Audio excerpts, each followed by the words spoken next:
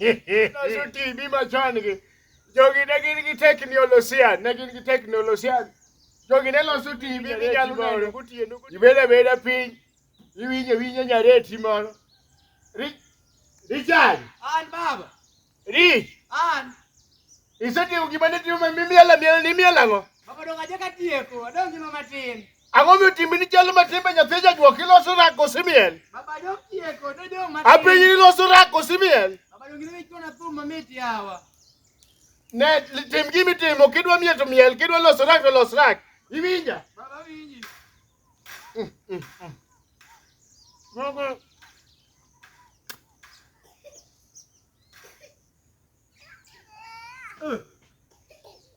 mana nawate? Baba.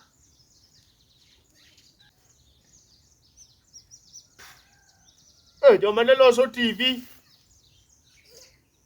Joma ne loso TV manyachon gi.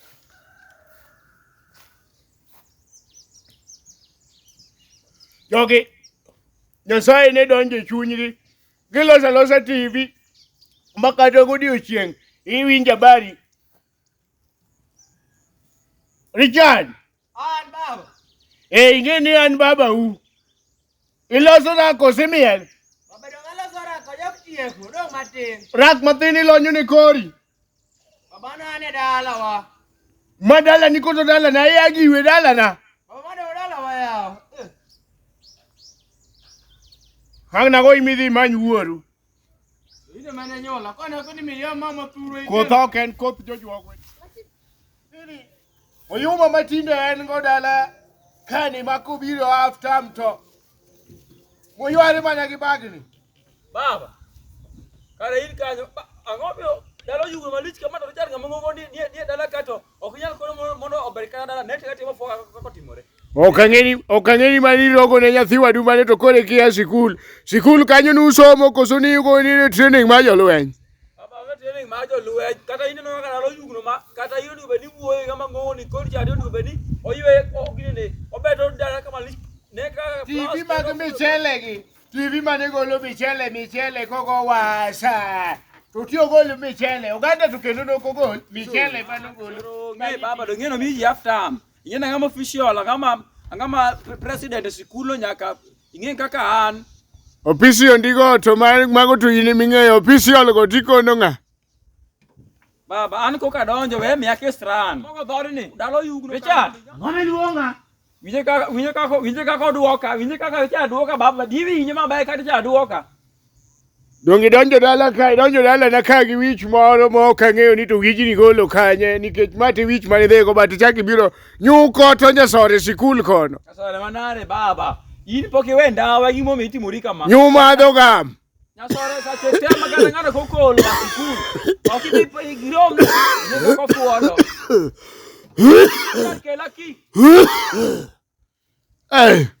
Bi malo bi Richard bia ne uru. Chora ne bagni no, chora ne sandugi no gi ka, chora ne sandugi no gi ka. Chora ne sandugi no ka. Mokwongo in ringi dhi rwak nanga ma ok dala ni biye kakira ni paro no. Ha? Dhi rwak nanga. Kai dhi rwak nanga kore kiruogi ma ok dala ni. Bata penji to Richard nyathi wana ng'ama. Loka ne wi king'iyo got. Kabe kaka tindu liede sikul, mabi be in sikul. Nasi kod maber niya. An official. Achalo ka president. Apani kara chieng mani biro skuche. Uneno ka ni mien na mabade chek mani nyiew na. Sayang na mabade bu. An official. Official oyene mondo oliel box. Dong official to ngeni ng'ama duong kata president ma Kenya ka Ruto ng'e kaka chal. Otimo gimoro amora mane moe. Koro mokwongo jaduong mano ok gimiluonga ne ka. Wacha ni gimiluonga ne ka nikech an aol anadhi ni. I was half time. Half time was very fantastic. I was Johnny. Johnny was very good, Papa. I mean, you can just sorry. Richard. Richard. An. Bika. You say I have time. Richard, no is cool. Richard, okay, man, buy bag. You say I have time, Dalaka. Could you watch you are Johnny fine? My journey was fine, and in fact, How was teachers? Teachers, they were very fine. How was blackboard? Blackboard was very fine. The chalk, the chalk fine. No, the chalk tried to break, but the chalk tried to break up with the blackboard, but they were disjointment. How was the principal? Principal was good. Principal say you call her. You call her. You wanted to talk to you. You call. How was your class teacher? My class teacher was good. The compound of the school. The compound of the school, BA was coming all over, was getting into classroom. BA no lemo. BA. Not talking in Dulu here. No, the planting of the tree of the school of compound is good.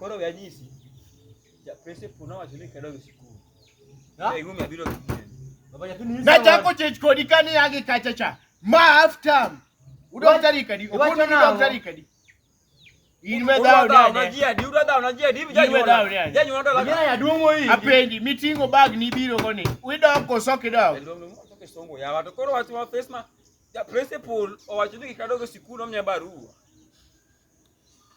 Eri barua ma principal mino. Baba no mia barua na tiwo. Kose momio I call principal. Richard Onise bedu gi barua. No me ya. Oh, dear parent, the principal of the boy called Kelasomni. where omere wasom kisungu. Kelasomni. Kata nyochi udaki school and been in any school. Kelasomni jaduo. The boy called Morel Otigo was suspended. Suspended forever and ever.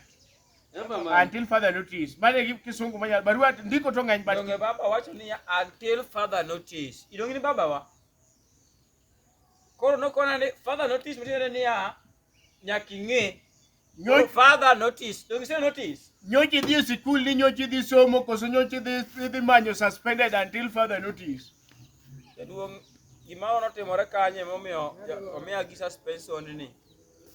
Koro an gima dang awacho onge ba. An gima nyalo koni weche ni mag school ok bi konya.